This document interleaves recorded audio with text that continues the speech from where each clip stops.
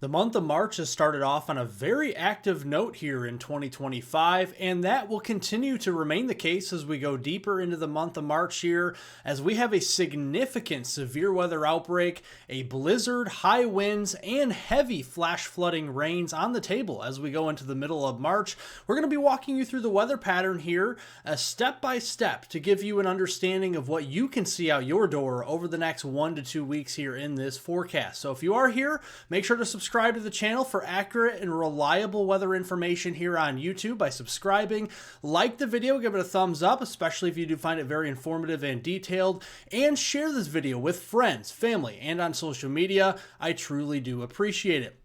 Let's get into the nuts and bolts here of the forecast, and let's talk about temperatures, because spring-like weather is definitely moving in east of the Rockies. Notice we are seeing this week, Monday, March 10th today, all the way through Friday, March 14th, well above normal temperatures for this time of year and much further north, all the way up into the upper Midwest, Great Lakes here, and the Northeast. While the West will be a little bit cooler than normal over here toward the West Coast, especially California down into Arizona.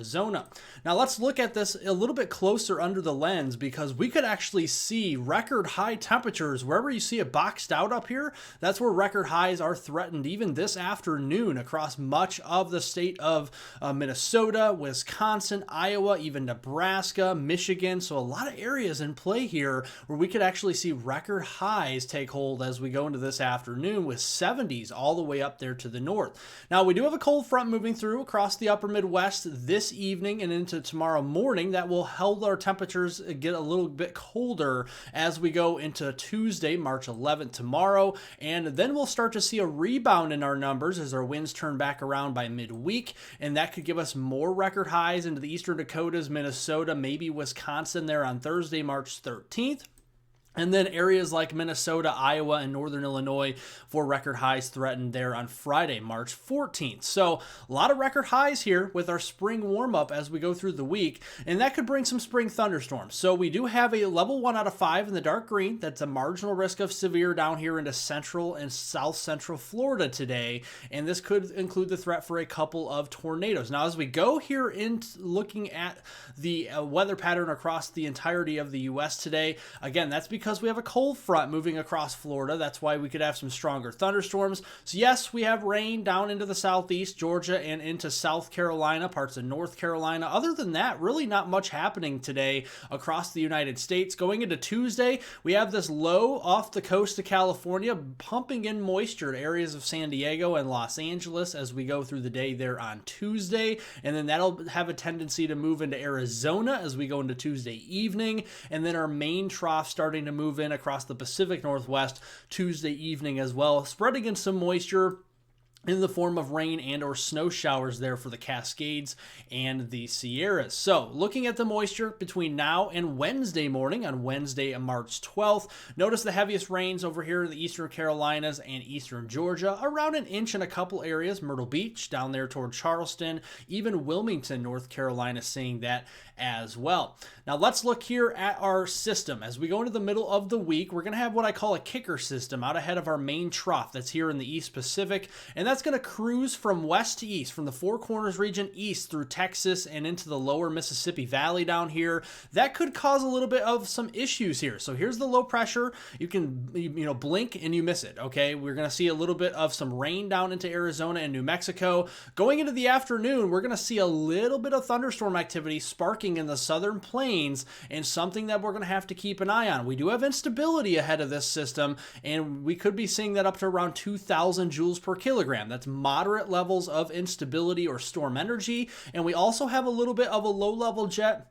Typically, the low-level jet maximizes just after sunset, and you can see that a little bit here. Not the strongest low-level jet for maintenance of thunderstorms that we have ever seen, but definitely enough to produce some maintenance and some intensity of the storms as they push across the southern tier of the United States. So here's the instantaneous flash rate. This gives you an idea of where the thunderstorm and lightning activity will be, and that's where we can help to identify where severe weather could erupt as well. So here's Wednesday morning. Nothing across the board. We go to midday Wednesday here, maybe an eruption of a couple showers or a thunderstorm here in central or northern Texas. So from around Wichita Falls southward towards San Antonio and Austin. Now, as we go into the afternoon, boom, there's the explosion of storms. Southeast Oklahoma, across the Red River there, the Dallas-Fort Worth Metroplex down toward Waco, keeping an eye on that. And then that'll push east of the I-35 corridor into Arkansas, East Texas, and Louisiana with some severe weather, hail, damaging winds, and a brief tornado threat there. And then as we go into the overnight hours, that maintenance is going to be there. But I think the severe weather threat kind of wanes from west to east as we go through the overnight hours. Now here's our main trough as we go into the middle of the week. This is going to be affecting California by Wednesday especially. That'll kick down here into the desert southwest on Thursday and then eject as a negatively tilted trough from the central high plains into the upper Midwest there Friday into Saturday. And then we have a secondary trough kind of kicking down here, negatively tilted as well across the southern tier down toward the Dixie Alley and up there toward the Mid-Atlantic as we go Saturday into Sunday. So a lot going on here. Let's help you understand what is going to happen. We have a lot of rainfall and some snow across the west.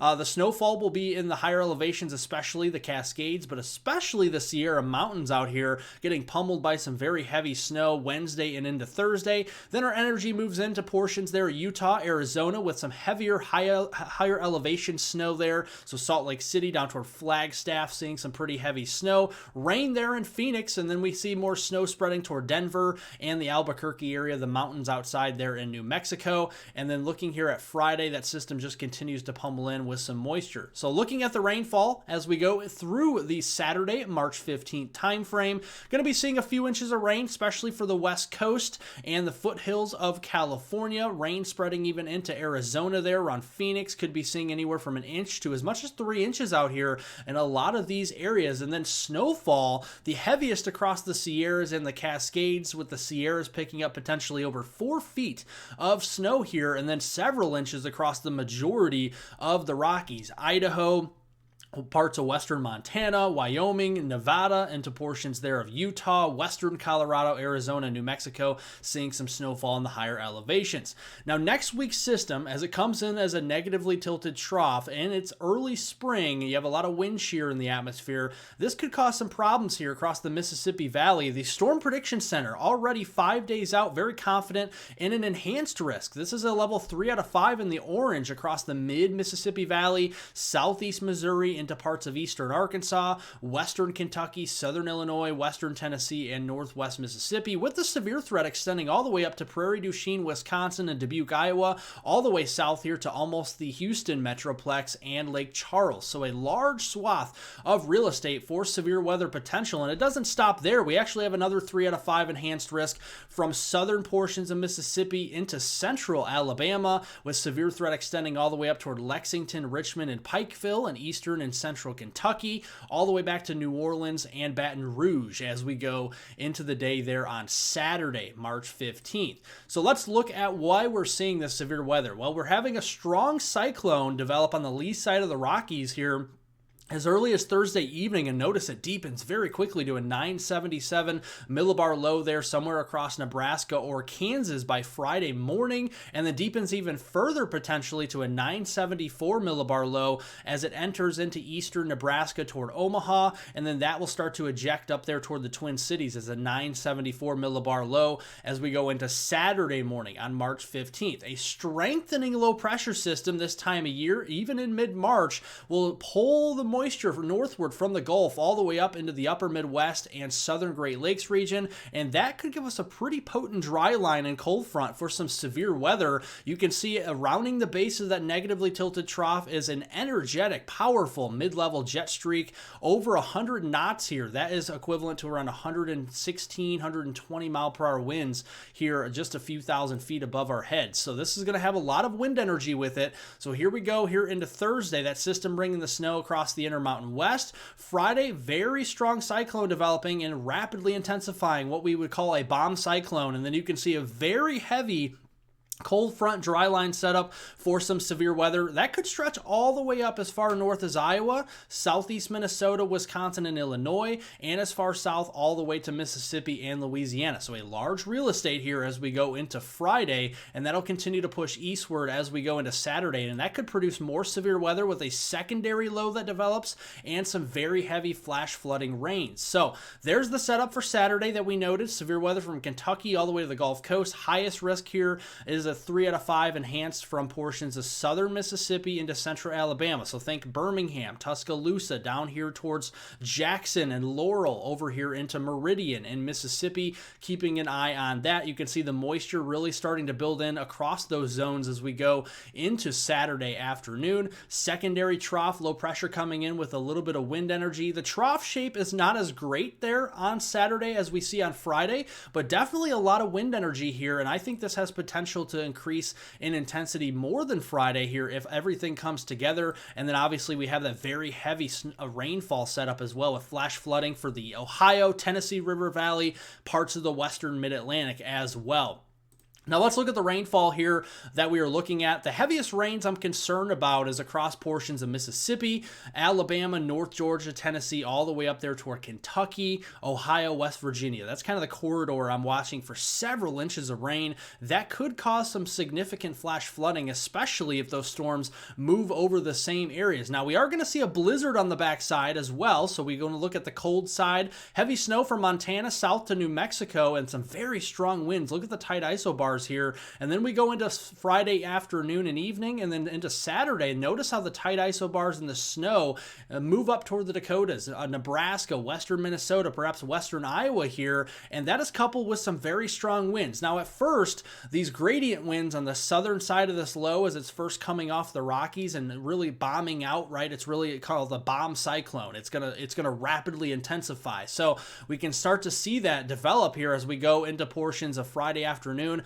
That could actually increase the wildfire risk down here, as drought is very significant in New Mexico, West Texas, and the Texas Panhandle. Something to keep an eye on there. Wind speeds is sustained between 20 and 40 miles an hour. Gusts could be up to 60, 65 miles per hour in some of these areas. And then the northwest winds on the backside could cause us a blizzard with whiteout conditions as we go into Friday night into Saturday morning for the Dakotas, Nebraska, parts of western Minnesota, and western Iowa there, so something to keep an eye on. Snowfall-wise, looking at a few inches, especially into the Dakotas, parts of Nebraska, back toward Colorado, into portions there of Minnesota. Heaviest snows from Manitoba into Ontario and Quebec with this system as it really matures heading into Saturday.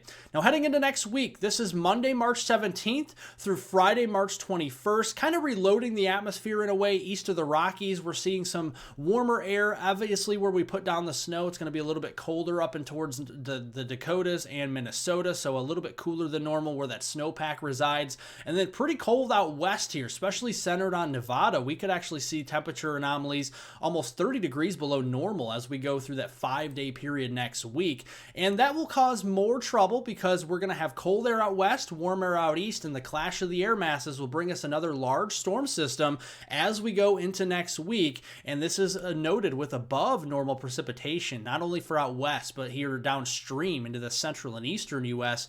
as well. Looking here at the jet stream as we go into next week, very wavy, and this is going to bring potentially another big time trough with some severe weather on the warm side, some heavy rain on the warm side as well, and then cold side snows, maybe another blizzard here. Looking at the European model from last night, you can see this is actually kind of depicting it very well. There's our system this week. And then next week, you can see we have the potentially a big blizzard that arises with that as well in similar areas, maybe a big severe weather threat. Here's the Europeans jet streak, and this is a classic ski jump trough. This is definitely would produce some major problems here if the European model was right. But given it's 8-9 days out, could still change. Let's look at another opinion here on the GFS, the American model guidance, and you can see that big system coming in. Not as big, kind of a little bit flatter and faster moving, so not as much much of a trough, kind of a cutoff low down here toward the Baja of California, northwest Mexico, and not really giving us much of a severe weather threat. So a lot of differences there. We'll continue to work them out as we get closer. That's all the weather I have for you today. Folks, subscribe to my channel. Severe weather, flash flooding, blizzards, high winds, wildfires, it's all on the table as we go here through the next 1 to 2 weeks. And you got to subscribe to my channel so you stay up to date on the latest accurate and reliable weather information here on YouTube. So press that subscribe button now and subscribe to my channel. We'll keep you updated daily on this forecast. Like the video, give it a thumbs up, and share this with friends, family, and on social media. If you want to ask any questions in the comment section down below, make sure to do so, and I'll get to all those questions after the video. That's all I got for you today. Have a wonderful rest of your day out there.